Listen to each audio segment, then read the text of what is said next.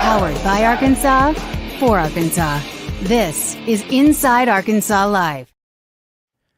And welcome into Inside Arkansas Live here on this beautiful day here in the great state of Arkansas. I'm your host, John Neighbors, alongside Curtis Wilkerson and Andrew Ellis, and appreciate each and every one of you for making us a part of your afternoon this afternoon. Hopefully everyone's having a wonderful Tuesday today. Going to be a little bit different today because we're going to have a lot of things to get into. Of course, we'll get to your chats as well as the phone lines will be open for you. So if you want to get in on the conversation, 478-344-6623 is that number to call in. We will talk football, don't you worry. But John Calipari got to meet with the media for the first time today, getting ready for practices, and we'll discuss that. But guys, how are we feeling on this Tuesday? How's everything vibe-wise going right now? I have no vibes. I feel nothing. I feel the same way that I did yesterday. Well, I'll tell you, I love John Calipari. I want to start by saying that, guys. I got that out of the way. Love John Calipari.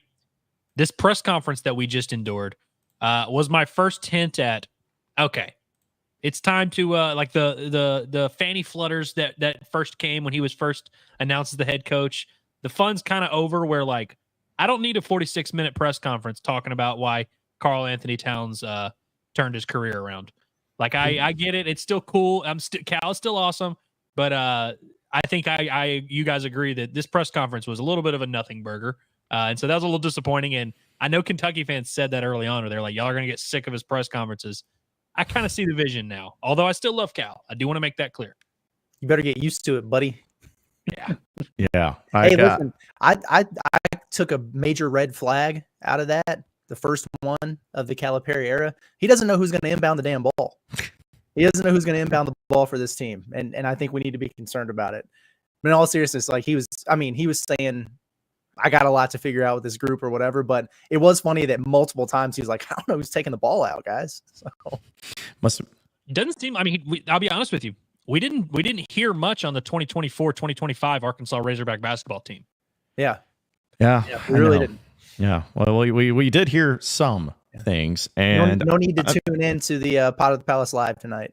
Yes. Yeah. So it's funny because, when we take these clips, how I've always usually done them is just take it by question, whatever the question is, and then just clip the response. Wow. Okay. So we're just going to have to realize that under Calipari, a lot of these clips are going to be long, very long-winded. In fact, his opening statement, if I'm not mistaken, was 8 minutes long, just talking about clinics and whatnot. So, yeah, a lot of stuff going on there, and of course, we'll get into it and talking about it. But man, there's a few specifics that he got asked. I got asked a lot about his coaching staff and everything. But I thought that this was fascinating because in case you missed it, last night at the Leroy Lounge, we had a chance to catch up with Coach Z, and we talked about a few basketball things and whatnot. Well, guess what? He's talking about Tyler Ulis getting added into the mix. And Tyler Ulis, of course, is a former Kentucky player, and talked about what type of role he can play and what he got added into. Well, let me say this. The first time I saw him play, first thing I said was, he's too small. He's 5'8", 150. He says he's 5'9". I don't believe it, but then the more I watched him, I'm like, wait a minute. And I've never really had small point guards. I'm like, this guy's different. He's got something. And it's an easy statement about him, which was, if you're good enough, you're big enough. Care about size. If you're good enough, you're big enough. And he ends up being drafted after 2 years. And probably, you may want to look it up, but I'll make the statement. I believe he was the lightest player ever drafted in the NBA draft. And you think about that. There may have been somebody smaller, and no one that was weighing what he weighed. Great basketball mind. When he was my point guard, he did a lot of coaching of the team. I never said no to any of his suggestions. He would say something, I'd say, I like it, let's go with it. So having him back, giving him that opportunity. He had the injury in the NBA, set him back. He had a car accident, almost took his leg off. So it doesn't look like he's going to be able to come back and play. To give him a start, let him get going, be an on the court coach. So, and the kids will respect him. So talks about, of course, the approach that he has and what he can add in, and also the kids respecting him, which I've always thought was fascinating because you feel like, oh, well, kids, do they respect someone closer to their age? Do they respect someone that's older and wiser? But it seems like at least with the Ulis addition, I mean, my goodness, you got somebody who's been around, somebody who's a known name, and somebody who had a lot of success under Cal. And I feel like it was an interesting hire anyways, but when Cal lays it out there, he kind of goes into specifics of why it was such a great hire. Yeah, I think the players nowadays, or probably at any time, they really, I think, gravitate towards the coaches who get out there and mix it up with them.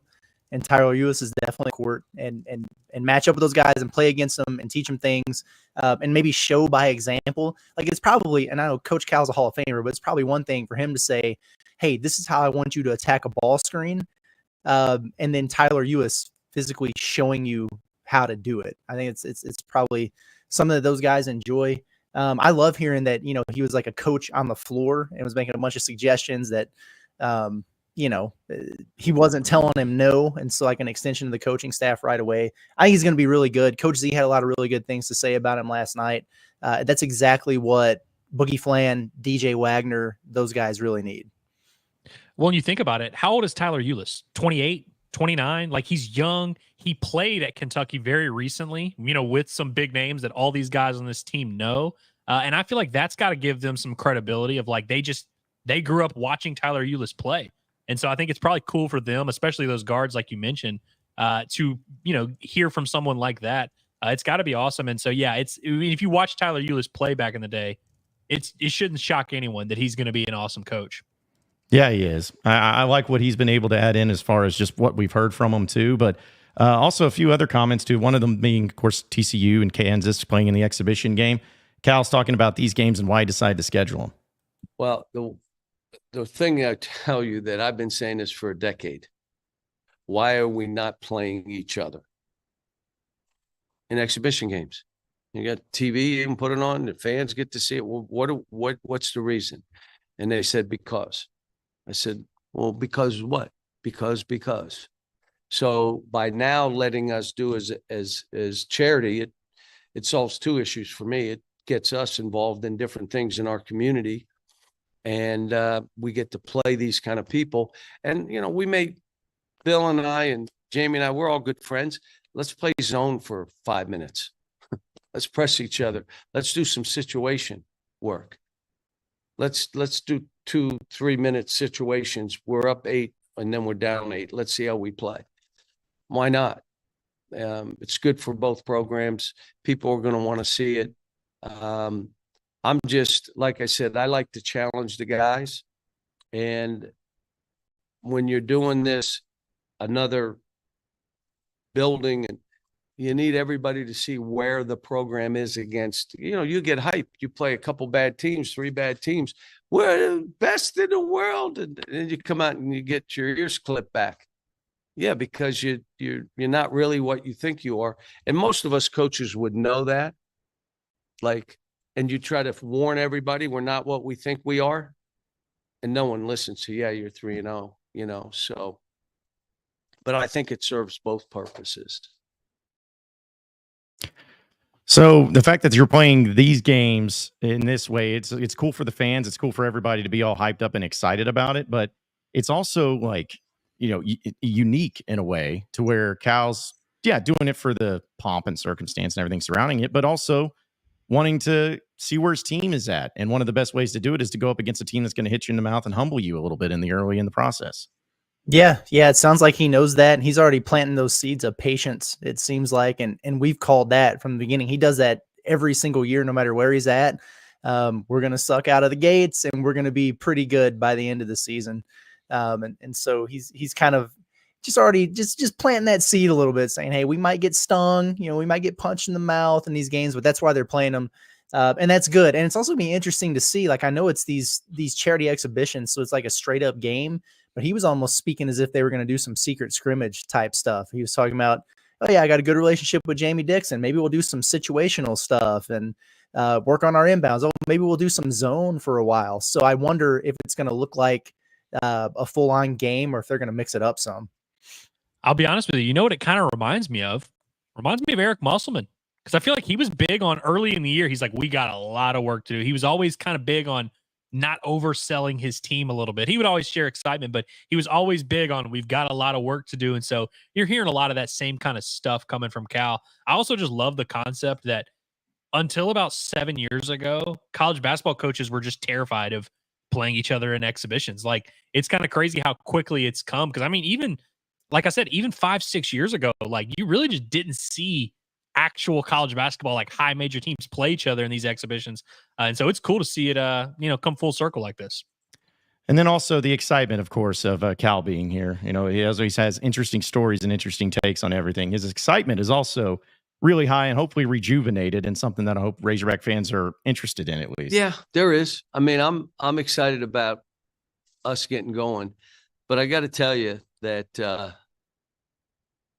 like, everywhere I go, people are, Coach, can't believe it. We're so happy.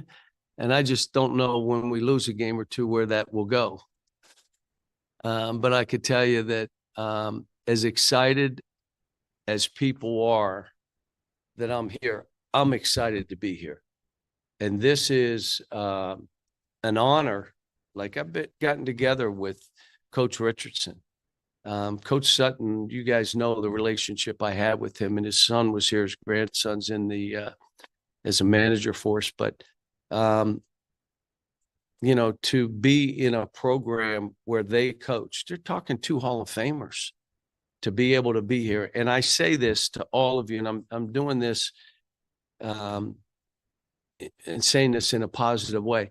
I'm in a seat that I can use the term, I'm like the rented in the seat. And so what I do with the seat, I think it's important that I get involved in the community. I think it's important that I take the team out and let people see it. I'm approachable, but my players are also approachable. I think that's really important. And if you don't, you cheat the position.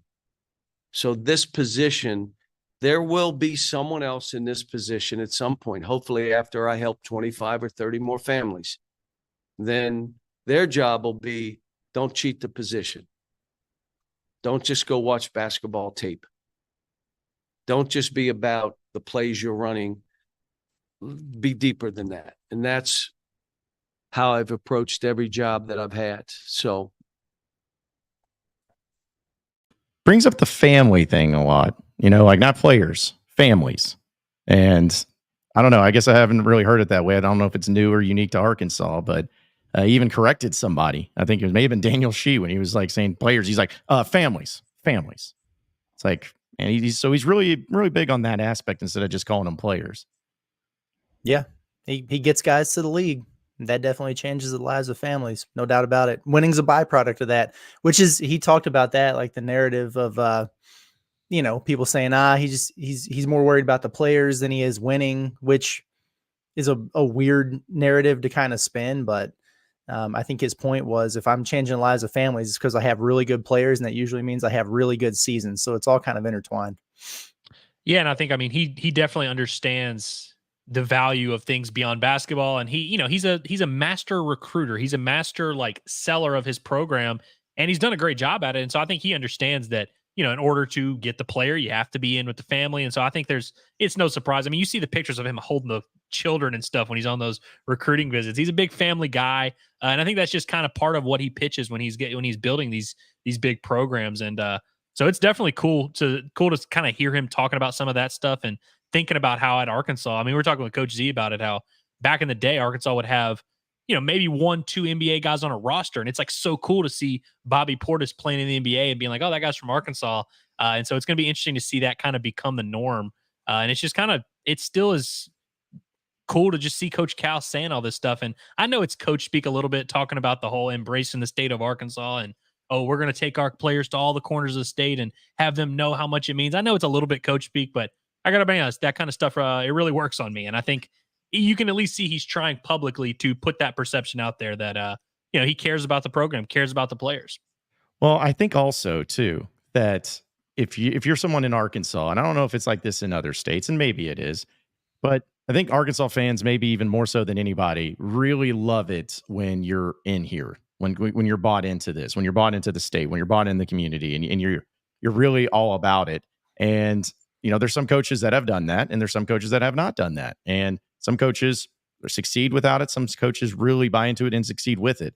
But one of the things that's, I hate to bring it up, but like Chad Morris was one of those guys. He's like, his family didn't even move up here. That bothered people. And I remember at the time, like when he was first hired, I was like, is that really that big of a deal? Is it really that big of a problem if he's just, having his family move down there? It's like, as long as he's winning games, it doesn't matter.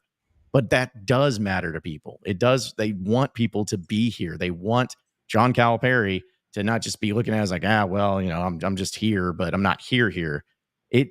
It just means something to the fans I know here in Arkansas, at least a lot of them, where you have a coach that's not only coaching here, but wanting to coach here, wanting to be involved, and wanting to get the fans involved as much as humanly possible too. Yeah, it's good. I like that he's making a concerted effort to embrace the entire state, not just Fayetteville. It's pretty cool that he takes that seriously. He has an understanding, and it would be easy for him not to. I mean, he's already an acting Hall of Famer. He's been at, a blue blood like Kentucky, but I think he understands, what Arkansas has been, what it is, and what it could be. And so that's great. And then, think just getting outside of, like Muss and everybody else has gone to Little Rock and played a game. So whatever, but, getting over to Hot Springs and Pine Bluff and just kind of touching all the corners of the state. That's it's a good gesture. So there's also just something cool about a multi-millionaire who's had so much success and been on the biggest stages of Cal that like kind of convinces you that he's one of you. He's a common man. And then he kind of has that appeal. It's a neat thing, man. He just has a way of winning you over in that way. So last thing that I'll play, and I know that Curse is going to be doing the Pod at the Palace special stream tonight to really dive into it a lot deeper and all the comments that John Calipari had to say. But one I wanted to play is about Nolan Richardson. And we all got hyped up after we saw that video of Nolan talking to the team and how excited he was, and kind of got everybody hyped up for a guy who's 80, 81 years old, still has that burst of energy. But, something that we talked to Z last night, how Coach Richardson and Cal, they didn't like each other. They didn't like each other at all when they were going up against each other. But Cal has a real respect for Nolan Richardson. You can tell by his comments here. How good, there were two things about it. On point, everything. There's no substitute for conditioning. There's no substitute for strength and toughness. And then he said, and either you play to win or you just play to play. Which are you? Then he also said, I like what I'm hearing and all that, but he did it in 5 minutes. Why can't you go 13 minutes? This day and age, they can't stay focused that long. So he did all that he did within 5 minutes. It was unbelievable. So yes, and I want him to be a part of the program. I invited Ted Owens and Larry Brown and Coach Richardson, all of them, to come to this Kansas game and sit in the first row and, the history of the programs and all that. Yeah, I want to bring people in to meet with the kids and have an impact on them. So I'm sorry. He's obviously getting up to an age, like we're all getting older, right? But it seemed like he still has his fastball, so to speak. How impressed were you that, I guess he's in his 80s now, that he could still hold an audience like that, a group of really good players? He and I did something at his golf outing that he does for his daughter, and we sat together and went back and forth. Still really funny, like sharp. And it doesn't take him a minute to think. He has it. And I want him to feel that, just like I did with Coach Hall and Coach Bartow and Coach Lehman, you're welcome in our practice and all suggestions are appreciated. Come on in and sit down and watch. So he knows that he's welcome to our practice. And, I think it's good for the players to see. And, again, won the national title, could have won two. The guard gets hurt from UCLA, and Cameron Dollar, who no one knew, goes for 27. What? If that doesn't happen, they win two back-to-back. And how hard is that? And he did it. So he's somebody we all should respect. But so if you're a Razorback fan, you got to love that. And also having not only just former Razorback coaches, but former great coaches too. He's wanting them to be at that Kansas game and that exhibition. So it could be a who's who there, but shouting out and knowing his history and knowing a lot about Coach Richardson and the impact that he could have on the program. That's another thing the Razorback fans love hearing, is getting the old guard back in and having them involved too. Yeah, I mean, the more you have him involved, the better off he's going to be in terms of endearing the fan base. That's for sure. Game recognized game, though. I mean, he knows. And like Z said, those guys had some heated battles, but there was always a mutual respect. That's what happens when you're two of the best who've ever done it. So the more he's around, the better. And and honestly, like, it is true. He's getting on up there in age. And, like Bob said, he hasn't lost his fastball. But yeah, I mean, it not only is it cool to just see him be able to be out there, but to be delivering the speech and having some passion behind his words and everything, that's awesome. It's a heartwarming kind of deal. So hopefully we continue to see him. It'd be sweet if he's out there at some games and everything. So yeah, Cal's a smart guy. I think he knew right away, like, I have to, this relationship with Nolan Richardson has to be a good one. One, because of how much he means to Arkansas, the program. And I think Cal understands that, but also kind of winning over the fan base. It's one of those things where you might not feel great about it, but if you, like, your dad or somebody says, hey, no, this guy's solid, you're more likely to, kind of embrace that guy. And I think he realized that dynamic. And, as we talked about yesterday with Z, like, it's not like Coach Cal and Nolan Richardson were best buds of all time or anything. And so I think it's really cool to see that relationship and see Cal go out of his way to try and nurture that relationship. I think it's a big deal for the fans to see that.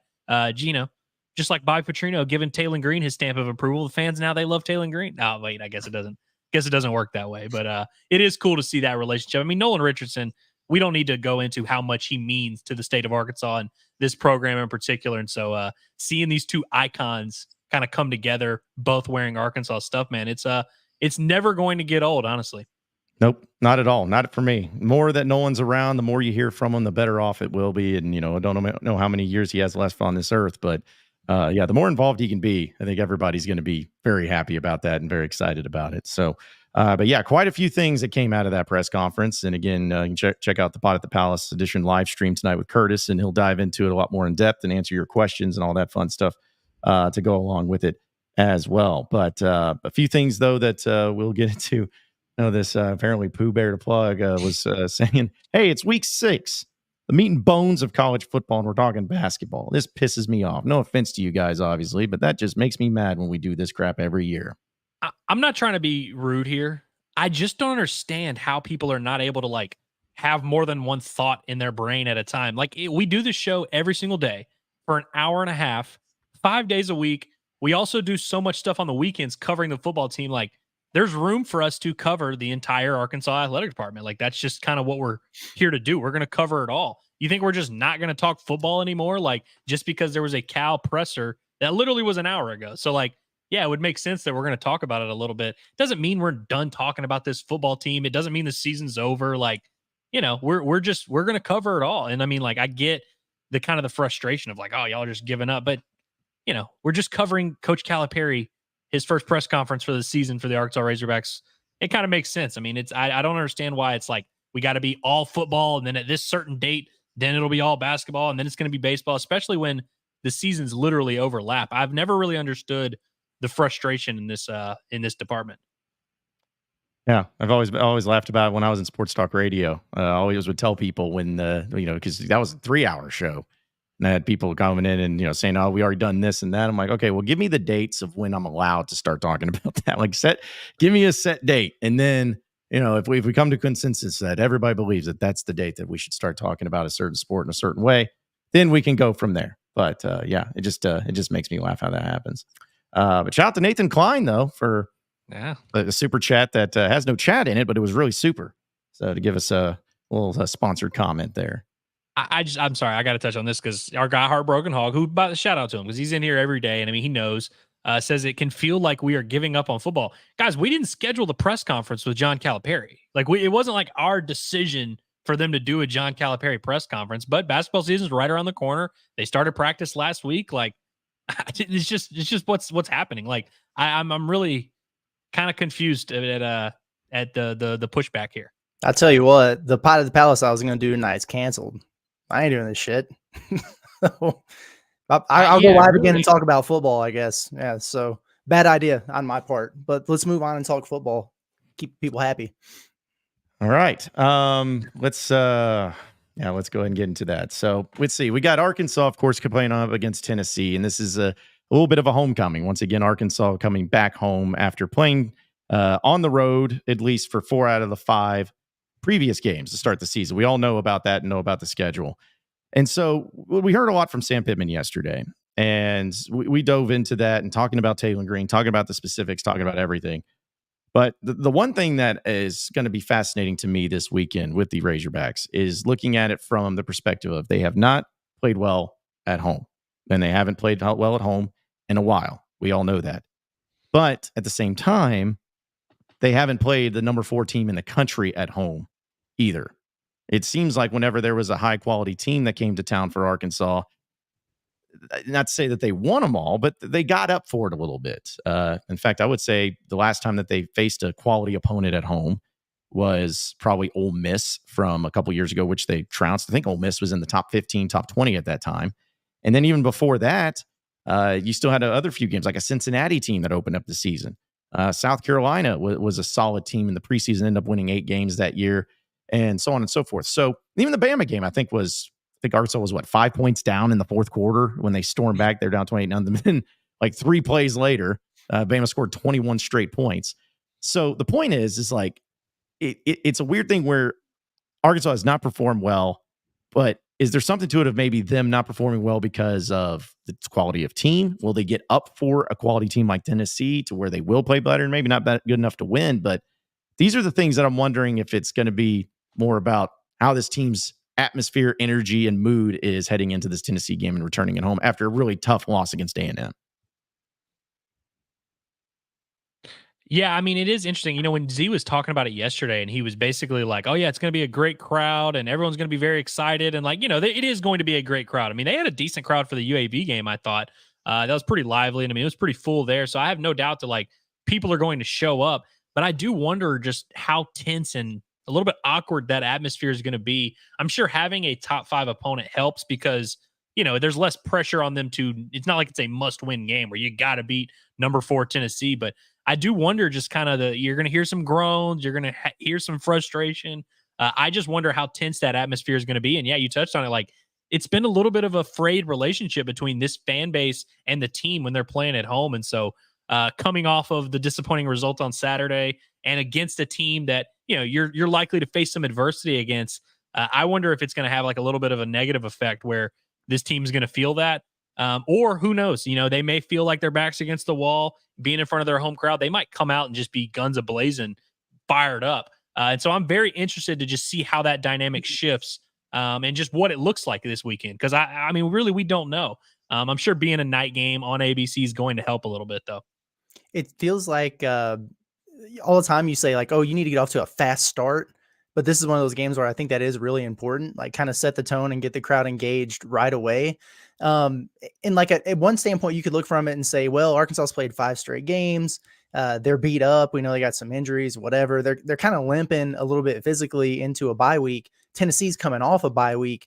The flip side of that is sometimes a team can come off a bye week and be a little bit rusty or a little bit flat out of the gates. So if you're ready to play and you get that part of Tennessee, then maybe it is a deal where you can come out and perform in front of your home crowd. But they do have 2 different things, and John kind of alluded to it. It's okay, sometimes they just they don't play well or hard or whatever at home, but they tend to play up to the level of their competition. So maybe they do that, and then if you get Tennessee just sleepwalking a little bit out of the gates because it's been a couple of weeks since they played a game, and then maybe you get things going. I think if you give the crowd a reason to be in it early, then you can sustain it a little bit. But yeah, if they come out there flat and weird and feeling the pressure, the crowd can feel that too. And then it's just it has the ability to get kind of tense and, weird in there.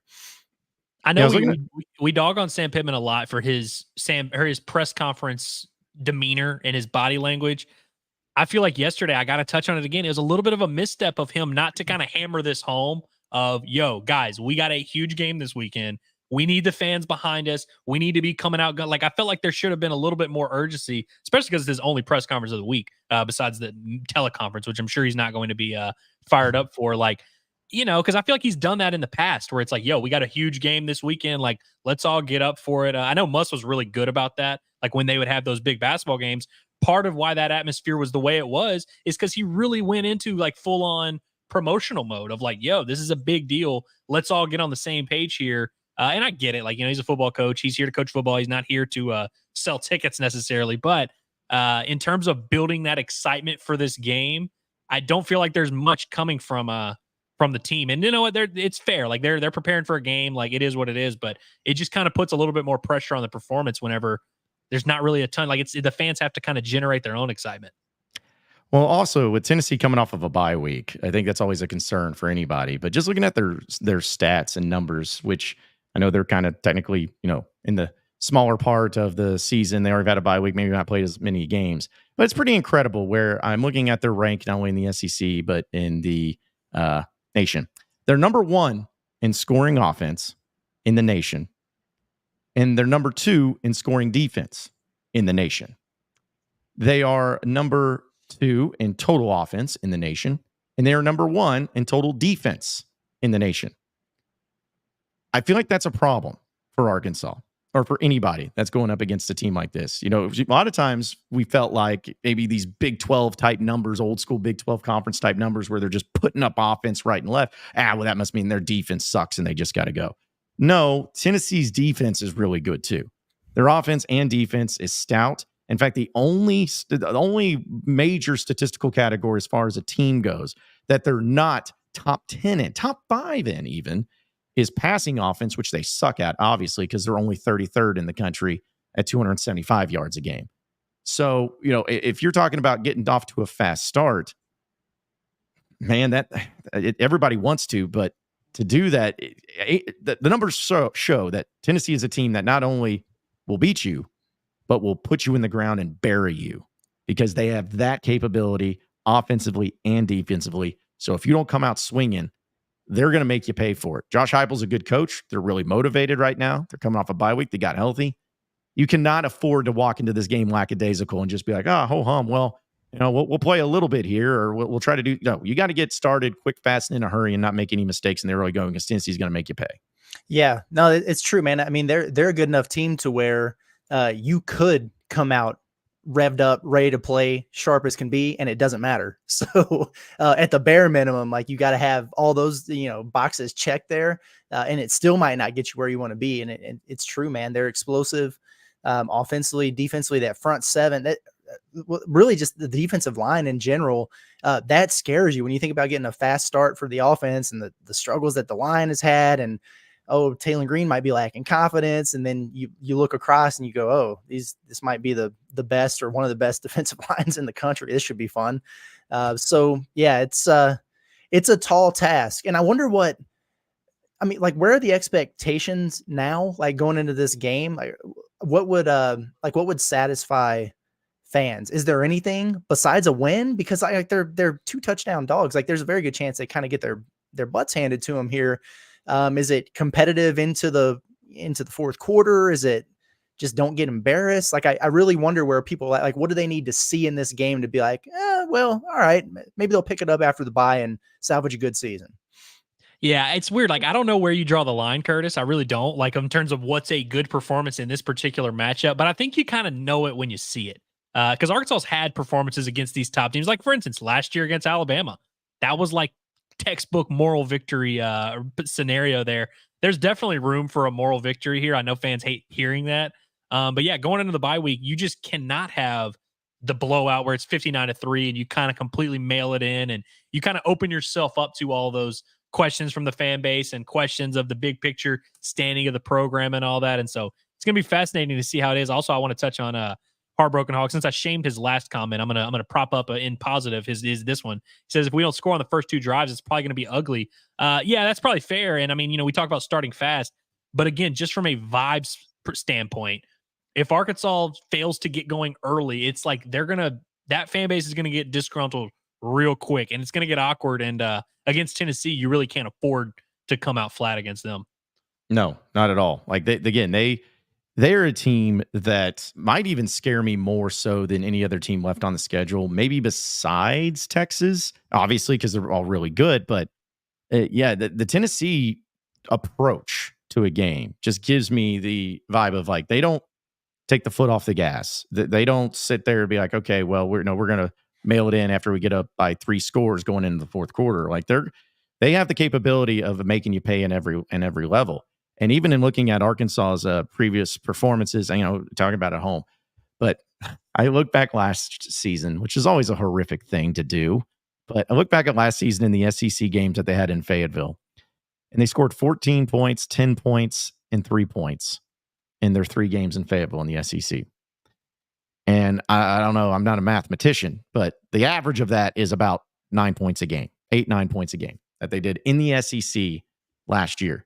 But then in the previous year in 2022, when you look at and I'm talking about SEC games because I'm not going to count Kent State or UAB or whatever. I'm talking about SEC games.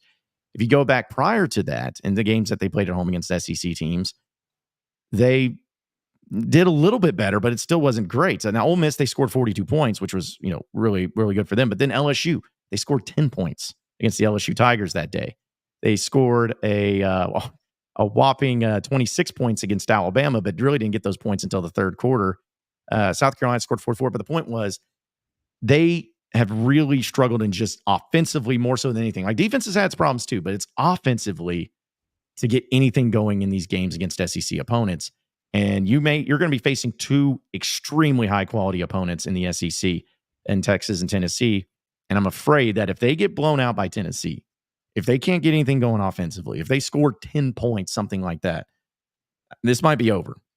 I have that vibe. It might be over. It might be done with and going into the bye. Not saying that there'll be a decision made then, but that could lead to a major, major problem and a major change coming very quickly. I worry about that too, man. I really do. If it gets ugly, that's a long 2 weeks before you play LSU, and well, that's not an easy game either. But it's like we talked about yesterday. We saw some of the signs of cracks in the foundation. Doesn't mean it's broken yet, but the bickering on the sidelines, some of the miscommunication, some of the messaging coming from Pittman and sideline reporters, it just left you feeling like, where could this thing be headed? Like, is this frustration of a close game that you feel like you should win and you're just finding a way to lose again?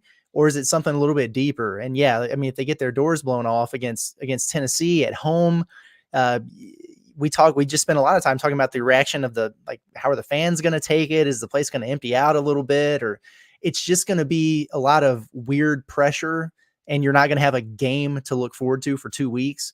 That's not good. Like, on one hand, maybe you can just take a break from it for a little bit, but can you really? We tried to take a break from it and talk basketball for 20 minutes. That didn't go well. So it's, this thing doesn't go away, man. And it's, like we said, man, it's gut check time for these guys. If it's really different with this group and you really are together, then now's the time to show it. And it might not equal a win against Tennessee. It might not, but I think we'll be able to tell at the end of the night if they're really starting to let the rope slip a little bit, or if they just were, beat up on by a team that's better than them, but they still have something to look forward to moving forward. Yeah, I mean, and like we said, who knows what qualifies as a good performance in this matchup, which is, again, just an uphill battle regardless of who you are. It doesn't matter if you're Georgia or Alabama. Like, that's a tough matchup, Tennessee. But we know what it looks like when a team quits. We know it when we see it. And I think that's what everyone's going to kind of have their red alert, their antennas up, seeing some of that stuff, some of the body language of the team, and seeing if they're still fighting for their head coach, which I feel like at this point in the season is the biggest question we need to ask. Is this team fighting for its coach?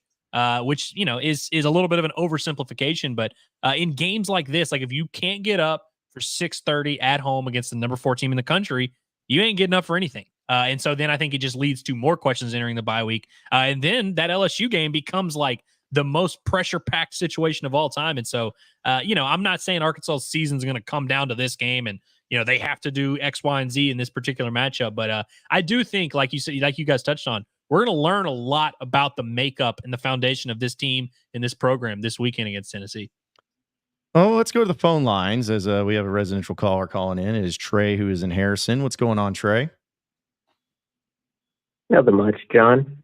Hey, what happened to whenever Arkansas split A&M and Auburn, and you just go into the bye week 500 that Pittman probably wasn't going to get fired? I miss those days already.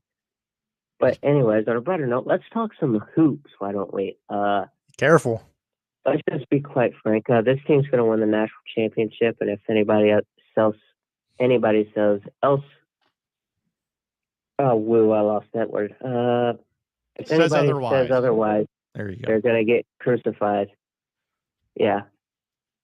I like But, that. yeah.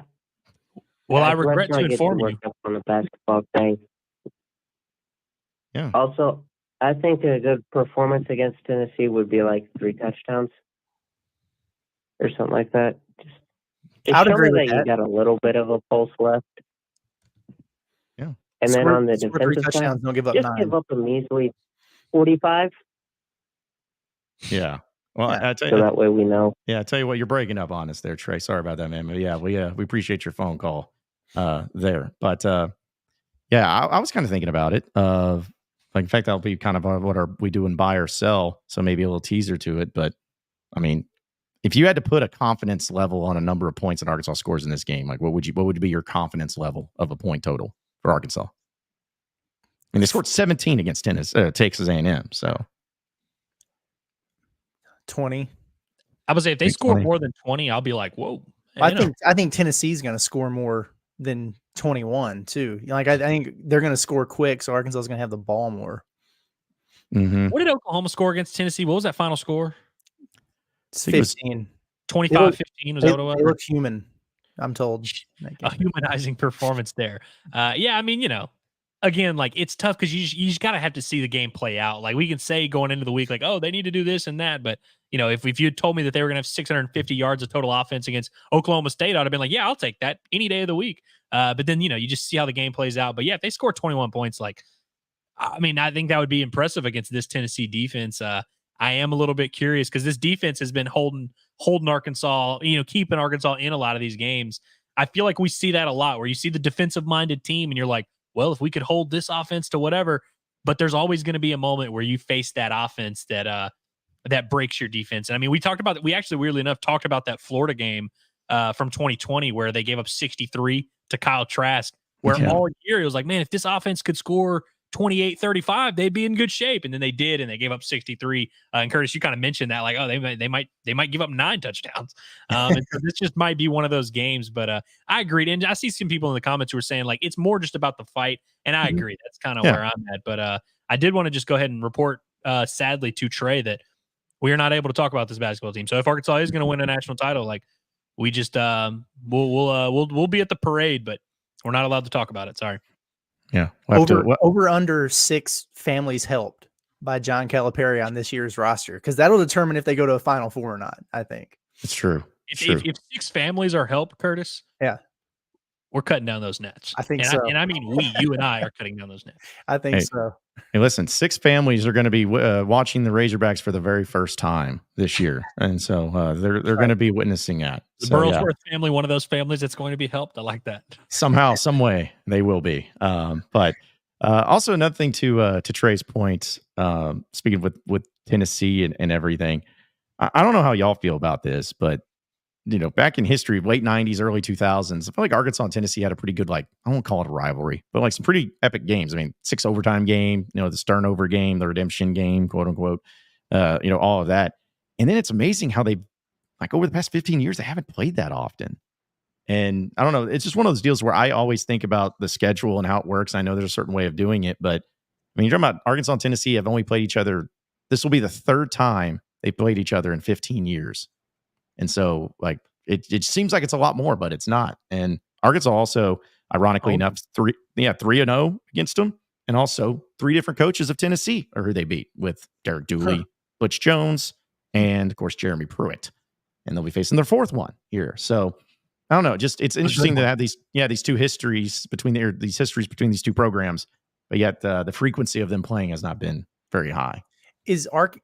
I know that they're really struggling right now. Is Arkansas the best offense that Tennessee will have faced so far? I would say so. Yeah. I mean, Oklahoma's offense is far from high powered, and they were starting the wrong quarterback. I mean, they benched their quarterback in that game. NC State stinks. Yeah, I'd say this is the best offense that Tennessee's faced. Although it's not a particularly high bar. Yeah, I mean, but on the other side, I feel like the gap between offenses that Arkansas's faced and the one they're facing Saturday is a lot bigger than the Tennessee side. You This know is what I mean? the first actual quarterback they faced all season. Yeah. Which, by the way, I saw somebody tweet out that they're like, well, Nico, I'm not going to try and say his last name like Pittman did. They were like, well, he's really bad under pressure. He's like 4 of 11 with a couple picks when he's been pressured. That means nothing to me. That doesn't mean anything to me. Like, that doesn't give me any confidence. It's like, he's only been pressured on like 11 pass attempts this year, and we think Arkansas is going to pressure him on a ton. I don't know. Yeah, I was looking at just NC State because that was the team that I guess was a high quality team that they played outside the conference. And what they've done scoring wise offensively is they scored 28 or 38 points against Western Carolina. Then they played Tennessee and scored 10. Then they played the Fighting Andrew Ellis's down there at Louisiana Tech, scored 30. And they scored 35 against Clemson when they got blown out. And they only scored 24 against Northern Illinois this past weekend. So to answer your question, at least just based on the stats, it looks like Arkansas's offense will be the best offense that Tennessee has faced.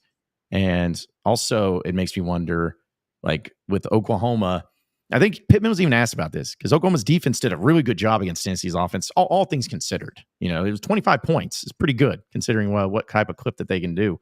So I'm going to be curious if Travis Williams and the defensive staff in there are they taking a lot from that game and trying to figure out what they did right against them. And, because Arkansas's defense is pretty good right now. I don't know if it's better than Oklahoma's, but it's pretty good. So it's about, can you slow down Tennessee enough to give your offense an opportunity to at least stay in the game and keep the scoring margin at a small amount? They better watch the film from early in that game because once Tennessee got up 3 scores, they stopped playing. Mm-hmm. Yeah. I do actually like, and I see Evan Baker said it's maybe the best defense they played as well. And like, I think Oklahoma's the one you could argue because I do think Oklahoma does have a pretty good defense. But I think there is actually something to the idea that Arkansas is Tennessee's biggest challenge this year so far. Although going into OU, that's like that's not nothing to scoff at. But I mean, we saw this play out with Ole Miss and Ole Miss played a lot weaker of a schedule leading up to their game with Kentucky. But there is something to be said. And, when you're in a game that ended up being harder than you expected, I wonder how Tennessee looks coming off a bye because everyone always just kind of assumes that coming off of a bye is a good thing, which for the most part in terms of the healthier team usually is. But what if Tennessee shows up and comes out flat a little bit? Oh, yeah, they had a week off and maybe they're out of sync a little bit and you have Arkansas's home crowd, which typically hates its team. All of a sudden they're behind it. Crazier things have happened, but I think it's up to Arkansas to kind of force that issue. Tennessee's not just going to roll over and not play well. You kind of have to punch them in the mouth and then see how they respond. But I think you could make an argument. Tennessee hasn't really been punched in the mouth yet. I will say, and it just kind of stinks that Arkansas's strength as an offense is running the football.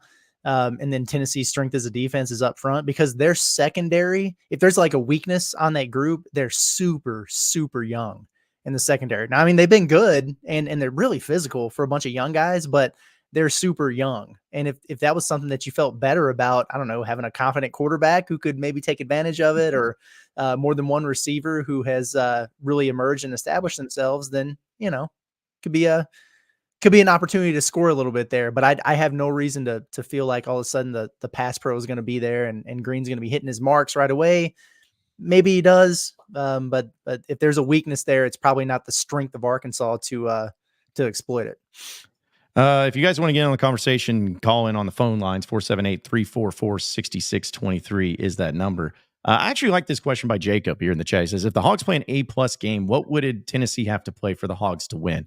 Because I always look at it where, first, I don't think we've seen Arkansas's A-plus game this year, at least not anywhere close to it. And it's hard to know really what that looks like. But there's no doubt that if both teams play their A-plus game, Tennessee still wins. Like, I think we all can agree. So what do y'all think as far as if Arkansas comes out and it's the best game they played all season long? Limited turnovers, Taylor Green's getting going, Quinton Jackson's running well, defense is holding their own. Like Tennessee, what grade do they have to be at? C-. I was going to say C plus, like in that range. I mean, again, it's tough to tell because I don't know what Tennessee's C- game looks like. I don't know what Arkansas's A+ game looks like. I'd have to know. Someone would have to tell me what was the Auburn game. If that was Arkansas's like B+, then I don't know if their A+ is going to be enough. But yeah, it is interesting. I mean, I think the turnovers is really the big thing. If Arkansas's playing their A+ game, I would assume that means they've forced some issues. They've picked off a few passes, maybe picked up a fumble. and Taylor Green's not doing stupid stuff. And so, yeah, I mean, I could see, in that C range, but yeah, that's a fun question. Yeah, I would even take it to this level. Speaking of the turnovers, I know we do bowl predictions later in the week, but if Tennessee does not turn the ball over in this game, Arkansas loses by 30 plus points. That's my prediction here. If they have no turnovers in this game, Tennessee wins by 30 plus, because that to me shows that they put it a lot together and they were playing really smart football, and that's a problem for a good team like Tennessee. Which, by the way, you guys think this Tennessee team is better than that Tennessee team a few years ago that beat Bama and everything with Hendon Hooker before he got hurt? You think this team's better? I can't go there yet. I don't think their offense is as good as that offense. I'll just say that. Like, I think Nico is very good, but I think he's a little bit younger, a little bit more inexperienced. Like, he's probably not as polished as Hendon Hooker was that year. But I think this Tennessee defense is where I can see the argument for this year's team, because Tennessee's defense was not what they are this year in that season. That running back is really good too. His name escapes me. Is Sampson or Dylan? I don't know. He's really good though. Yeah. Mm-hmm.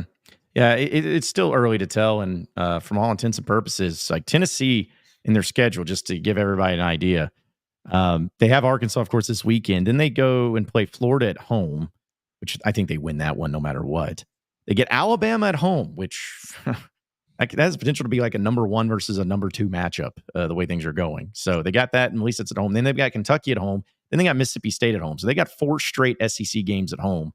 And then they go to Georgia, and they finish the season against UTEP and on the road against the mighty Vanderbilt Commodores. So, they're probably looking at it too of they got 2 tough games left on their schedule pretty much. That's it. Now, granted, it's 2 of the best teams in the SEC, but yeah, they're going to need to make sure that they're staying motivated, not looking ahead or anything like that and losing a game they shouldn't, especially to a team like Arkansas. So they're going to be motivated there.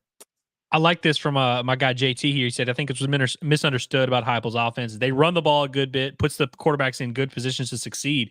This is a great point. So Nico threw 28 passes in their opening game against Chattanooga.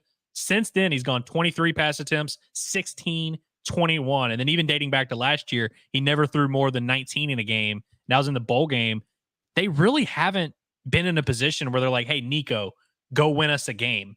And I know he's a redshirt freshman, so it is what it is. But I think that's actually a good point to make here, because they're on the road.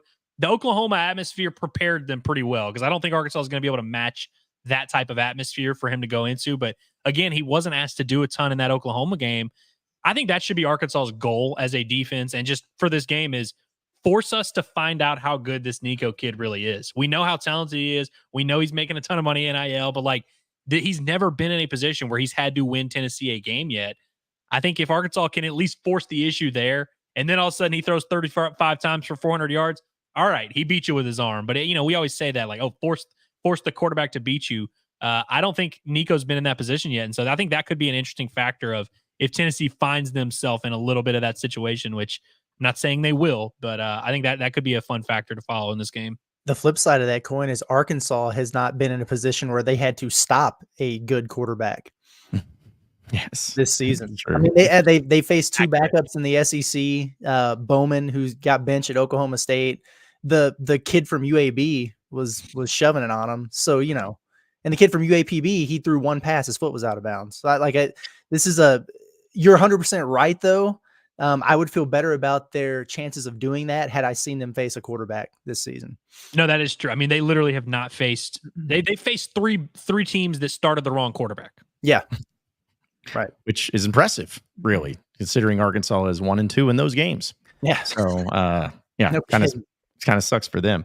Are you guys a little surprised that Jaquindon Jackson's still leading the SEC in rushing after last week? A little bit. I am. Yeah. He's at 509 yards, still averaging 6.4 yards a pop, 9 touchdowns. But I thought after last week, I was like, oh, geez, that's going to make him dip. But nope, he's still leading the way. It's not as much of a margin, but still leading the way there. But I was looking at it because Dylan Sampson, the running back for Tennessee, that dude's got 10 touchdowns on the year. I thought 9 was impressive. The dude's got 10 rushing touchdowns on 449 rushing yards. That is, I would like to see Jaquindon Jackson get more than 10 rush attempts in this game. And I know that there's a chance that this is, a lopsided affair, but I think Arkansas's that clock needs to be running as often as possible And so I think Arkansas is, kind of like Mike was saying yesterday when he called in on our Leroy show, which was fun. He was saying, hey, Arkansas needs to embrace the big mindset. They need to be hogs and get physical in the run game. I think Jaquan Jackson, that might just be the move here. 37 carries. Just see how many he can take. Well, I'm telling you right now, we talked about the start of the game. If Arkansas's offensive line is getting worked like they did against A&M, that's not something that just gets better and improves as the game goes on, That's not something that's like, oh, they settled in and suddenly now they're blocking well. That's another thing that scares me, which if that happens and Jaquan Jackson doesn't get anything going, it could get really ugly really quickly if that ends up happening, of course. Yeah, I like this one from Evan Baker. Are we down to fourth string tight end since Luke has is hurt? Yep. Andreas Poschke. Who also has been banged up. Yeah. Ty Washington has been doing this. I guess Barkey's gums. Yeah, Shamar Easter. Easter came early this year, boys. By the way, did we really talk about that yesterday? How Sam Pittman may have gotten himself in some trouble? I don't know what the guidelines are in terms of the injury report. Like, I don't know how much they're monitoring this. But he admitted yesterday that Luke did not practice a ton last week. That both him and Ty Washington. Now, Ty was on the injury report, right? He was like probable or something like that. Yeah, he was on there for a minute. But is Pittman going to get himself in trouble? Because he literally admitted that has missed practice and that he was not on the injury report. And we've been talking about this for weeks now that he's got that back injury. I don't know what the rules are, or how closely the SEC is monitoring it, but that seemed like a misstep there. Yeah, which I think it was you, Andrew, that kind of predicted that would happen at some point. So, yeah. I mean, it's like it's almost like we know Sam Pittman pretty well after 5 years of covering him and what's going to happen. Yeah, but that was weird when I heard that, and I kept thinking, I was like, okay, so because I don't know, I was like, does he get fined? Does he get, it's just a 1 quarter suspension? Like, what happens if what team's not doing right on the injury report? I don't know. Blake says it's a fireable offense, so fired for cause. If Arkansas was like, yeah, I mean, he lied on the injury report, so I mean, we had to fire him. I mean, sorry. Yep. We don't owe him any buyout because it was fired for cause. So, Hunter Yurchek's writing it down right now. He's like, whoa, wait a minute. Kingsley comes in, who appreciate you calling in yesterday, Kingsley. It says, question, in recent years has been an emphasis on starting fast with fastball reps, etc. Do y'all think maybe the emphasis on that overcorrected us in de-emphasizing finishing? I know we need both, by the way. I mean, I think so. I mean, they do situational stuff all the time. Like, they do 2-minute every day. They do red zone every day. They just aren't good at it against other teams when fans are in the stands, I guess. I don't know. Maybe they should flip it around and do that out of the gates. I don't know. Yeah, maybe. You know how like Pittman moved the practices to 9 a.m. that one time during fall camp? Give him a 10 p.m. practice. Yeah, exactly. Covered for the entire 24 hours. But it is so funny with this Arkansas football program under Pittman. And it's like this with every coach. It's not just a Pittman thing. But it does really just feel like a whack-a-mole where it's like, oh, no, we can start fast, but we can't finish now. Oh, but now we're good in the first quarter. Oh, bad in the second. Oh, well, it's like it's like a dog chasing its tail a little bit. It seems like they can never be prepared for what the football game entails. You can't be prepared for all 4 quarters. You can't be prepared on all fronts on your defense and offense. Yeah, I don't know. I really just think like this just comes down to maybe it's a conditioning thing. Maybe it's the fact that they don't have any depth. Like I really don't know, but I'm out of answers. Yeah. I have no answers, as John L. Smith once said. But also, too, when it comes to the practices, and to your point, Andrew, it feels like it's just like a leaky bucket where you cover up one hole, but then another leak comes out a different way. And it's almost like when you're playing like the NCAA video game, which we'll do the live stream again, simulation. I guess it's not perfect because the result did not equate to it. They got the time management figured out for Elko instead of our simulation. But either way, we're going to be doing that Thursday night. It reminds me of like going into a game and setting your strategy of like, all right, we're going to do this, this, and this, and you focus on those things, and the other things end up suffering. That's what I feel like Sam Pittman and this Razorback football team is game by game. It's like, well, we did this right and this right and this right. That was different from the previous week. But because we focused so much on this, we forgot about this or didn't do this. Yeah, they just can't put it all together and can have a complete situation or a complete game and how it goes out. Also, Tucker says on the tight end question, why did they dress out Josh Street as an eligible wide receiver last week, but never line him up next to Blackstock as a tight end? Don't know. Why did Sam Pittman say that he thinks Isaac TeSlaa should start, but then listed him second on the depth chart. I don't know. There's a lot of things that they do. But it is always funny how after the game, Pittman's like, yeah, we should have done this. We should have done that. If only we could find the guy responsible for this. Yeah. I'm trying to find the guy who did this, the hot dog meme, who's doing this to him. But yeah, keep those questions coming, folks. Again, if you want in on the conversation, 478-344-6623 is that number. We're going to do a little buy or sell here on the show, just like we do each and every Tuesday, sponsored by BetSaracen, the best sports betting app in the state of Arkansas. No questions asked, no problem about it. I lost a lot of money to them this past weekend. So you know that they know what they're doing when it comes to their specials that they have for Arkansas, player props for not only Arkansas, but all sports of all different walks of life. Check it out by downloading the app today at the App Store or the Android store. It's the BetSaracen app. All right, buy or sell. And we'll start with this one because we already kind of talked about it. But buy or sell that Arkansas will score more than 21 points this weekend against Tennessee. Sell. Yeah, I think I'm selling. I mean, they've given up like 27 points the entire season. I don't know if I can go for more than 21. Yeah, I'd be curious to see what the point total. Man, I need to check Saracen, see what Arkansas's point total is set at for over under. But yeah, if you only score 17 against Texas A&M, I have a feeling that it's probably going to be tough. So I'd probably end up selling that one as well. All right, so buy or sell that Isaac TeSlaa will follow up last weekend's performance with another great performance this weekend against Tennessee. Sell. Yeah, I was hoping y'all would say buy, honestly, because I think I'm selling this as well. Just, you know, these guys don't stack games for whatever reason. When it happens, it'll be the first time. So he also had 120 yards. So it's like, God, you know, I think that's a pretty high bar. But yeah, I feel like it's going to be more like a 2 for 20 type of day for TeSlaa. And like Satania, I mean, he had 6 receptions, so he was definitely involved in the offense after the big game the week prior, but he had 27 yards or whatever. But yeah, outside of Andrew Armstrong, we need to go look this up. When is the last time an Arkansas receiver had 2, what we would qualify as like legitimately good games stacked in a row? Yeah, I don't know. Did Satania do anything against UAB? I don't think so. I don't think Nothing he did either. Note. Yeah. So yeah, that is a good point. Like Arkansas's receiver, it is kind of a little bit of a, you know, you can get one of those guys. I do think like between TeSlaa, Satania, and Broden, whoever else, Jordan Anthony, one of those guys will probably have some good moments in this game. But it definitely doesn't seem like it's going to be a consistent thing, because that was kind of what we were challenging Isaiah Satania to do last week. Mm-hmm. Yeah, I was looking at even last season for Andrew Armstrong, for instance, to see if he had any double stack games. His best game was he actually gets Florida on the road. He had 3 catches, 103 yards. No touchdowns. He only had 5 touchdown receptions last year, which is 0 this year. Yeah. So he's on pace to have less. But it looked like the only time that he had like back-to-back decent games, and I say decent games, was against LSU. He had 6 catches for 76 yards. And then against A&M, he had 3 catches for 78 yards and a touchdown. Okay. And then I guess Ole Miss would be the next one. So he had 3 because he had 8 catches, 86 yards against Ole Miss, but no touchdown. So it's not been frequent, and even in his great games, they haven't been like that great. Right. So, you know, I'm gonna tell you what, I'm gonna buy this. I'm gonna buy the Isaac TeSlaa stock because I am hoping that opportunity breeds more opportunity, and him taking advantage of his opportunity is going to get him the ball more. And we can sit here and we can look at plays that, of course, you know, Tyrone Broden's had problems with his drops. Andrew Armstrong's getting left out to dry on occasion, but you know, we know how good he is, but everyone's going to be targeting him.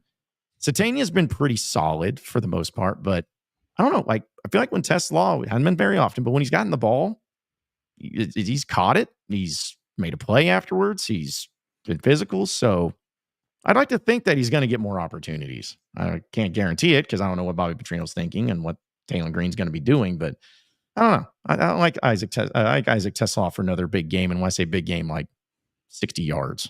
Buy or sell. Isaac TeSlaa plays more offensive snaps than Tyrone Broden. I was just about to say, I do actually buy that they're going to try. Like I do think he's going to start.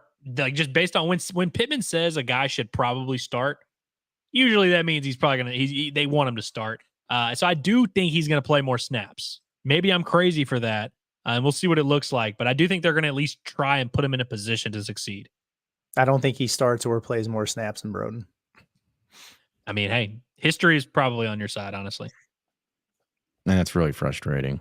But I tend to agree, and I wish I knew why. I wish I knew why that was going to be that case. But It would be a good decision for Yeah. for it to go the other way. Our boy It would- Whitty. Anytime we mention I Broden, know. we get Whitty coming out of here talking about bye. We love you, Whitty. We really do. And not just because you give us money. We just love your contribution to the show. Yeah, I feel like I need to tell Whitty that we've decided that all the money's donated is going to the NIL fund for Tyrone Broden. So appreciate you, and I'm sure he will too. But yeah, because Tesla at this point in time has 9 catches on the year, one more than Broden. Can't imagine what the target level is like between the two of them, but Goodness, yeah. 9 catches, But he has 205 half yards. targets, realistically. Mm-hmm. It's also crazy too that I guess I'm sure y'all knew this, but I was just looking at it. You know, the 5 touchdowns that Taylor Green has thrown this year, all to 5 different people. So nobody has multiple touchdowns here on this team. And then the leading wide receiver has none. So make it make sense. Make it make sense. I don't know if that's possible. Who are the 5 touchdowns? I mean, Satania has Ty Washington. That's right. Who else caught touchdowns? Tesla. Tesla. Oh, Tesla, of course. Who's the 5th one? I'm trying to think. Did Rodney Hill catch one or like something weird happen? Jaquina Nope. Jackson? Nope. Who caught that other touchdown? Tyrone Broden. He caught a touchdown. Who did he catch a touchdown against? I was waiting for to see if you were going to go with Broden there. But yeah, Tyrone Broden, he caught a touchdown against UAPB. Oh. Yep. So there that you seems have like it. a decade ago at this point. I know. Doesn't even seem Well, like it good was for a him. real game. Yeah. Team good for leader him. in touchdowns, Tyrone Broden. The fact that anyone disrespects, it's crazy. Yeah. I know we got some other buyers, so I wanted to bring this up though real quick too, because Floyd says, "Do you guys think we're using Satania wrong, or can't we just can't get him the ball because of the O line?" I mean, I don't know how you'd be using him wrong. He's gotten targets. He's got 16 receptions on the year. Yeah, I mean, they like 2 games ago, they were hitting him down the field, and in the last game, it seemed like they were trying to force the ball into his hands and then let him try to create in space, but he just wasn't able to do it. And that's not necessarily his fault. He might not have had a blocking in front of him or whatever, but I think the stats I think said he was targeted like 11 times or something, but PFF said 8. So that's a lot of targets. So I don't know. I don't guess I really have an issue with it. I was going to say, I actually don't think they I mean, everything we've asked them to do with Satania, they've pretty much done it. They've thrown, like you said, they've thrown to him down the field. They've done the jet passes. They've done the bubbles. I thought they've actually like been a little bit more creative here lately in trying to get him the ball. But yeah, A&M was just pretty prepared for it and did a good job. But I actually think Satania and Armstrong are the 2 guys you can make an argument they've used very well. I want to throw this one out there as another buy or sell for the football side of things too. Buy or sell that Malachi Singleton plays against Tennessee this weekend. I almost did an automatic sell, but then I started thinking about it.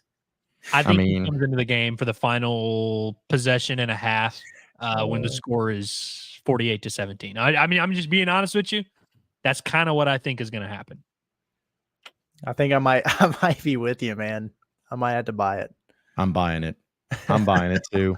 And I have I'm not wishing this into existence, but the reason I'm buying it is because I think Taylor Green may struggle mightily, and it's not even just because of the score. I think it may be like maybe he has those cramps again, or whatever it was.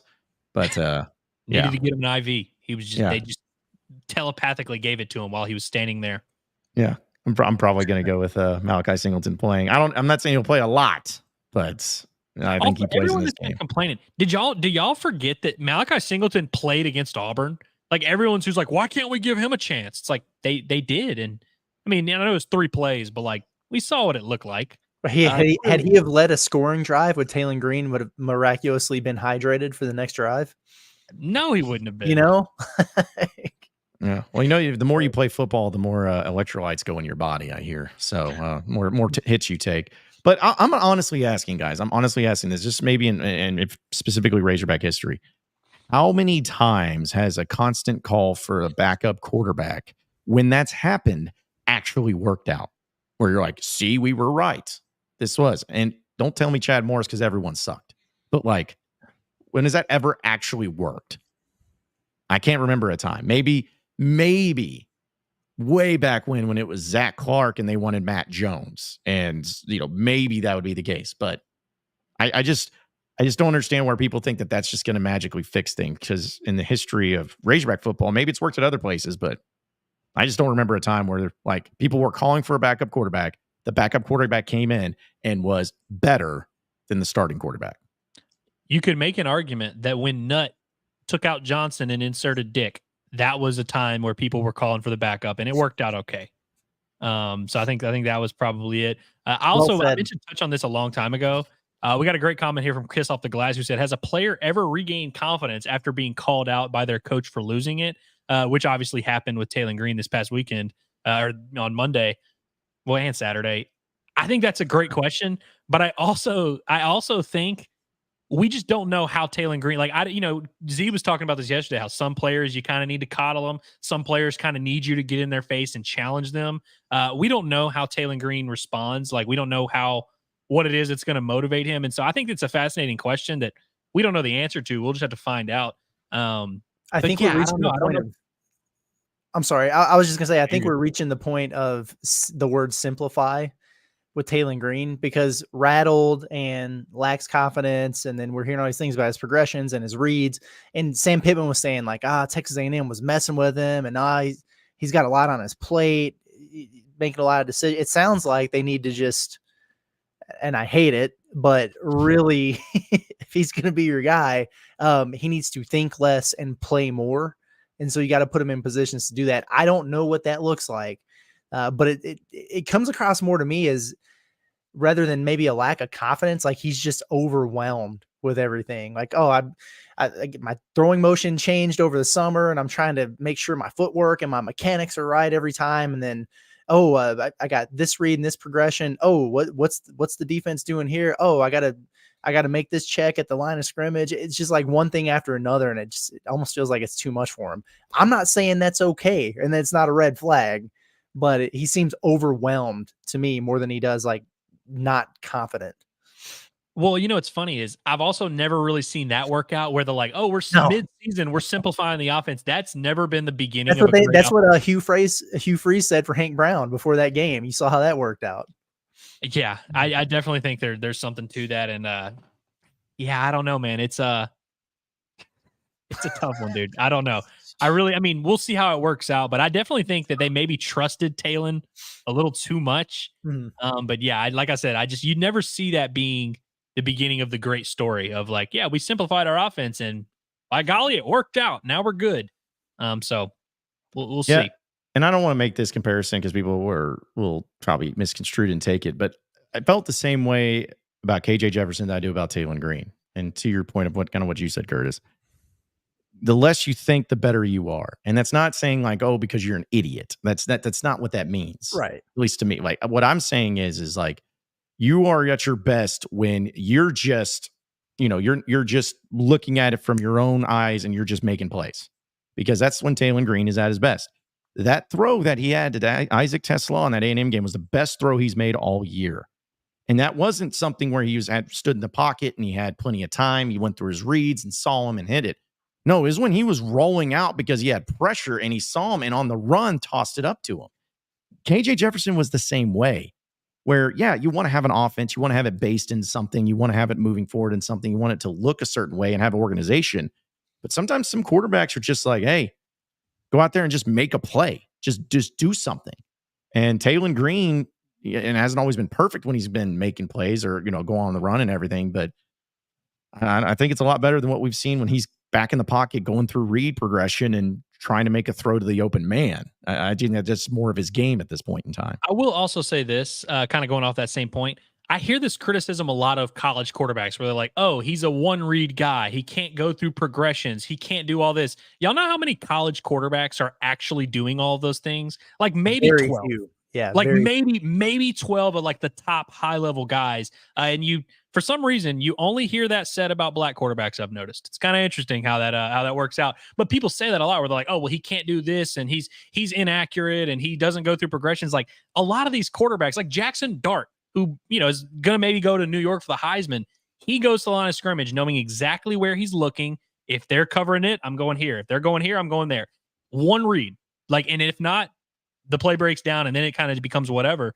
That's how it is for like 90% of collegiate quarterbacks. So I think fans like sometimes just think like, oh yeah, these guys need to be setting the protection and doing all that. If you're a college play caller and you're asking your quarterback to do all that, probably isn't in your best interest.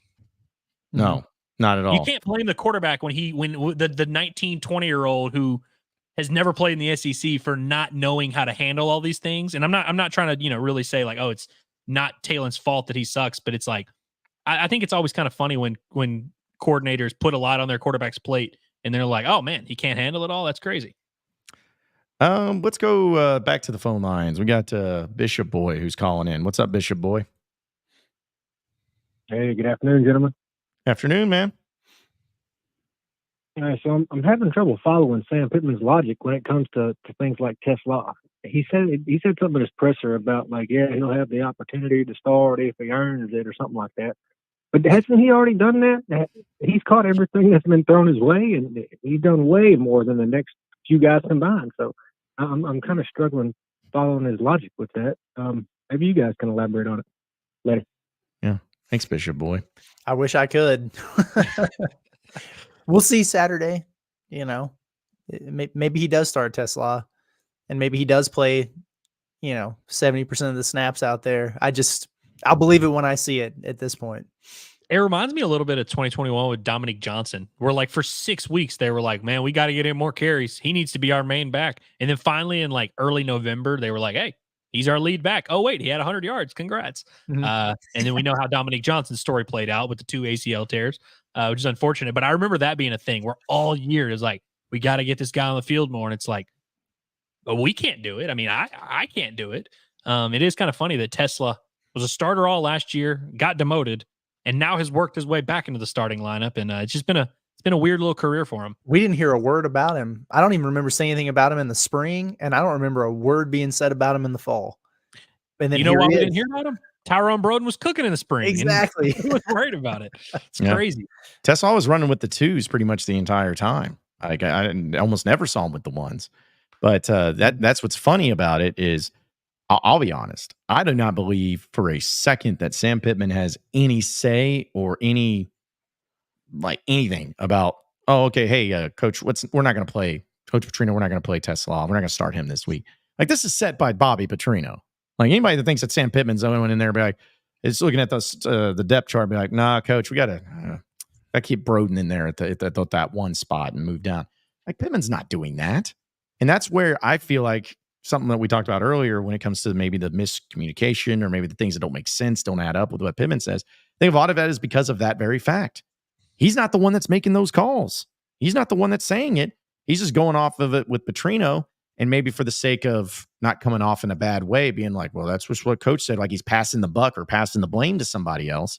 I think he just tries to make up an answer that makes sense to him, and then it ends up being like, that makes zero sense of why you decided to do that. So I don't know. That's just my theory behind it all. But I honestly, truly believe that Sam Pittman is not the one deciding if Isaac Tesla plays anymore or gets in any more snaps. It's probably more of a Bobby Petrino thing. Probably so. That's a good point. They're like, it's really probably not even up to Pittman. He's like, guys, it's not my decision. Like, what do you want me to do? Yeah. I wish I could argue. I can't. Yeah. Because that would be the weird thing about him. If he did that, just think about how much, because I would be ripping him. If he came out and somebody wasn't playing, he'd be like, I don't know, talk to Petrino. I didn't have a say in the matter. But like, what are you doing? You're the head coach. Like, we'd be ripping him if he didn't do it that way. So, I guess you highlighted this, Andrew. I agree for the one read. For most quarterbacks, go look at what Tom Brady said about simplifying the NFL offense because quarterbacks are not willing to sit and learn the offense. Well, and that is fair where he said that, hey, these NFL, and this is talking about NFL, not college, but he said NFL teams, they draft quarterbacks and there's pressure to play them early. So what NFL teams do is basically just do what that quarterback can do, which is typically not a ton. Dude, Patrick Mahomes literally might be the best quarterback ever on track to be that. Threw 50 touchdowns in his first year as a starter. And he admitted after the season, he didn't learn how to read coverages in college. He didn't learn how to go through progressions. He played that entire MVP season kind of learning on the fly how to read NFL defenses. And so like, I think it can be used as a knock against these quarterbacks. But I saw another person say that, hey, that's what Crandall Browse was really good at. He was at figuring out what his quarterback could do and just doing it.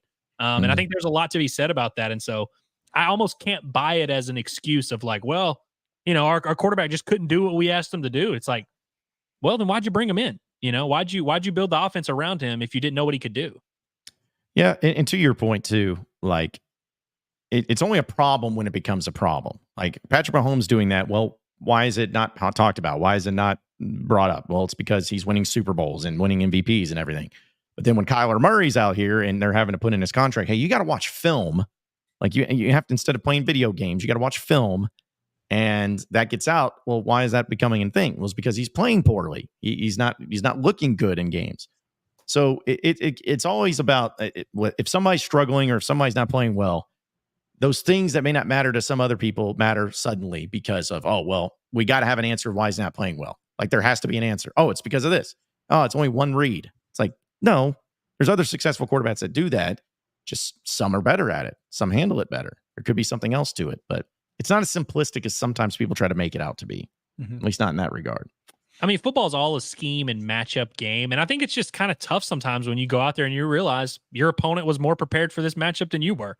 And so sometimes it's just kind of tough to accept some of that stuff. But that's really what this comes down to, is just putting your team in a position to succeed based on what you think the defense is going to do. And, the great ones figure it out, players and coaches. I like this from SCT. He's like, when does the depth chart come out? And I'd be real surprised if Tesla doesn't start with Pittman mentioning by name in the presser. It did. Posted it 28 hours ago. InsideArkansas.com. Check it out for yourself. And Tesla is not the starter. According to that thing. Copy and paste on that depth chart from last week. They still have literally nothing changed. Avier and Anton Junkaj as an or. Yeah. They still have Keon Stewart as an or at corner. It's like, what are we doing? Good grief. Which that guy needs to tackle. That was a bad play he had in the Texas A&M game. Keon Stewart, that is. One, man. That was rough. But how about this? For all you people wondering, let's just get this out of the way. There's a press conference that happens at noon every single Monday for Sam Pittman. About an hour before that, the game notes come out for that upcoming game that they're going to play. In those game notes are the depth charts. It's there's not much routine about football, but that is very routine. So if you're always curious about the depth chart, Monday at 11 a.m. is when it comes out. And then press conference at noon, and you move on. So I like how you see a real depth chart. We see a real depth chart. I mean, when the game happens, like Frank, we'll find out who the starters are when they go out there. Like the team releases, that's an official depth chart that they put out. But as we've kind of come to realize, I don't think they really go through and look at it too heavily. Yeah, I mean, when we know, like when they run out there on the field, and then who they sub in, like because there's no practice viewing or anything like that to even do like this is who ran out with the first team defense in fastball or whatever. We don't even have that anymore. So it's the game notes and then game day, pretty much what we have. And the injury report things, this is the only thing I'm not like 100% sure on. Like that's Thursday that comes out, but then they have another one. Thursday, Friday, Saturday. They update it, throughout. Yeah, it's 7:00 every night, and then an hour to an hour and a half before kickoff on Saturdays. Yeah. Okay. See, that's a shame because we don't get to hear from Sam Pittman during that entire stretch.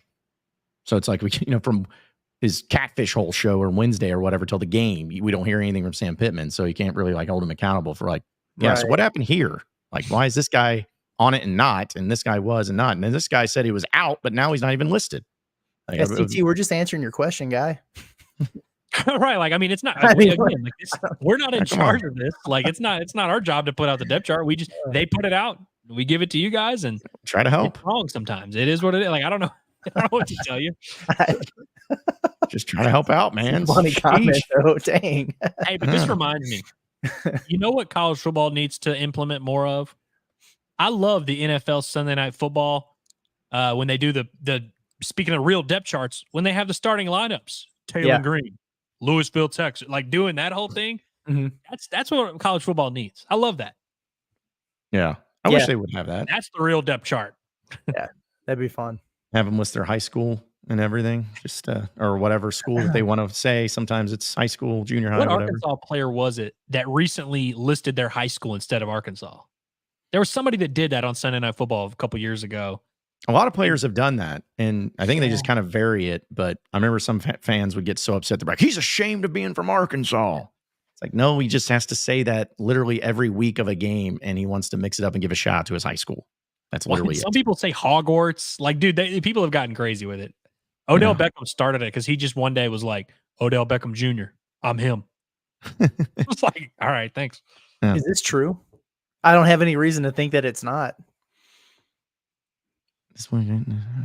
I'm sure it is. Because, I mean, KJ also started the year against Western Carolina with like a really good game. So, yeah, I mean, I'm sure it's fine. Guys, here's what's funny. Y'all hated KJ the entire time he was here. Y'all ran him out of town. Literally the whole time. Y'all complained about KJ for 3 years and told us we were idiots for ever defending him. And now he's gone, which, by the way, was like a mutual thing. Like, I don't think either party, I think they both kind of agreed. And they brought in a guy to replace him. And now y'all hate this guy. Y'all are going to ask for Malachi Singleton to play. Y'all are going to hate him too. Like, y'all can keep doing this for the rest of your lives if you want. Or you can just, I don't know, listen to us when we tell you what these guys are. All offseason, we told you, hey, Taylor Green, really athletic, inaccurate, has his ups and downs. Like, it is what it is. And y'all hated us for that too. Well, I'm looking it up right here. So it is true. If you talk about touchdown passes, significantly more for KJ. KJ throwing, this is just passing touchdowns, had 3 against Western Carolina, 2 against Kent State, 1 against BYU, 3 against LSU, and 1 against Texas A&M. Those are the first 5 games. So, yeah, what is that? 6, 9, that's 10. 10 touchdowns, double the touchdowns, as was mentioned. So that was true. And he also threw for 246 yards, 136 yards, 247 yards, 289 yards, and 132 yards. So, yeah. But I don't know what you're trying to say or what you're equating that to. Are we still, I'm going to throw this out there. Are we still convinced, or do we still believe that this Arkansas team is significantly better than last year's? Significantly? Yes. I don't know about significantly. They are safely better, I would say. Like, I think if those two teams played, this one would win by like 10. I would say they're significantly better, but I mean, again, it just depends on what your definition of is. They were 4-8 last year, and they lost how many 1-score games? It's not like they were uncompetitive until the end when they let go of the rope, and we haven't got to the point where we can even see if they're going to do that this year. So what the hell is really different? The only thing that I would chalk it up to is, and I know they damn near won at Alabama. They damn near won LSU. Like, they can run the ball this year every now and then. Yeah, that would just be my thing. Of like, the offensive line has not been, it's tough to say, especially coming off that performance they had on Saturday. But the offensive line was so bad. They didn't even move the ball against Kent State at all. Like, at all. Yeah. And that would be the only major thing I'd say is, like, I trust this offensive line, even though they've had their issues, a lot more than last year's offensive line. So and they it had all the kind of starts hiccup. there. They only beat Kent State by 3 touchdowns last year, and then they only beat UAB by 10 points this year. The UAB performance. How well have they ran in SEC play so far? Well, I have to look at the numbers. I'm just saying. Yeah. I agree. I think they're better, but I don't think it's like this night and day difference that maybe some people do. So it's definitely not night and day. And I think you're touching on a good point where in 6 weeks we might feel very differently if this team does let go of the rope. That was the seed that I was trying to plant. That way I could come back to this later if it happens. If it doesn't and they get on a roll, then we just forget I ever said this. Well, and look, I mean, I also I know that we're not allowed to point out that the coaches may not be doing great, but I think if you look at the team itself, like, it definitely is better. Like, defensively, I think their personnel is better for the most part, especially past the D line. The receivers are the same guys that all came back from last year. I think Jaquin Jackson is definitely a better running back than Rashad Dubinion, who was their number 1 guy last year. So, like, they are a better team, but I don't know if it's going to be a better result, if that makes sense. Yeah. No, I agree. Better than KJ. I think it's no, he's not better than KJ. He's not. I think he has. I don't think he's better than KJ, but again, it's a matter of, like, I don't know, like KJ with the Kendall Briles or Talon, like, because they're just different systems and different placement. Those are 2 different people. Context matters. Yeah. Also, I wouldn't say. I love KJ. It's not like he's necessarily crushing it. I mean, they just got blown out by Colorado. And he had some games where he was really bad. I know he played really well against TCU, who later gave up 66 points to SMU. I don't buy, like, if anyone's actually like truly feeling like, oh, if KJ were here, they would be cooking. Let's be real. I don't think it's a huge gap, but KJ is definitely a better, more accomplished player than Taylor Green. I mean, I think that's kind of undeniable right now. Well, if you want to hear the stats of KJ Jefferson and compare them to, of course, Talon Green, KJ's only completing 60% of his passes. He's got 7 touchdowns and 3 picks.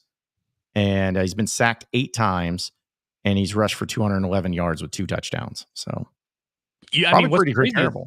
I wouldn't have guessed this. Talon's a better runner than KJ was, frankly, which is kind of crazy because that was Totally different. No, If they're we're going very to talk different about apples styles. and oranges. Yeah. They're very different styles, but and it'll be. I mean, we'll see what Talon ends up with on the ground, but it is going to be interesting to see kind of what the end of the year stats are. But I think what Talon's going to finish with as a passer this year would be the worst year of KJ's career. Yep. And it's funny because it's like this is Talon Green, and kind of knew it was Talon Green coming into the year. It's like, Pooh Bear, put down that crack pipe talking about KJ would dominate with this O-line. What are you talking about? What do you mean this O-line? Like, this is a good O-line? What are we talking about with this O-line? Is this O-line a good one? When did they become good? No, they're not a good one. I mean, they may not be as bad as what they were a year ago, but it's not like, oh man, night and day. Because I was gonna I know we're about to wrap up here, but my question about that was like, is there a position group that is like for sure worse this year than what it was last year? Quarterback. I mean, if you're going to make an argument, that might be your best bet. I think you can make an argument with the D line too. D line for sure. Yeah. Mm-hmm. But isn't it crazy that we didn't say linebacker? Isn't that crazy?